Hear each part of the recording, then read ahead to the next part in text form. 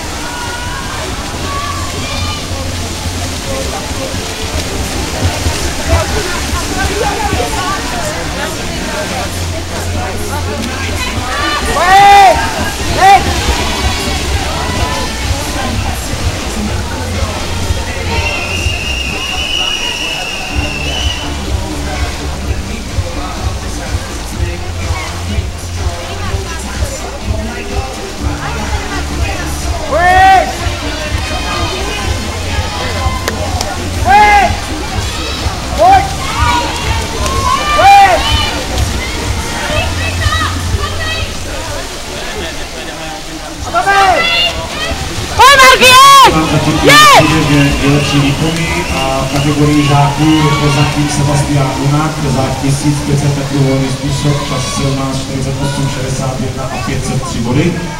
A Marie Hnízdilová SK Jazzmini Žatek za 200 metrů znak a čas 2 minuty 24:88 a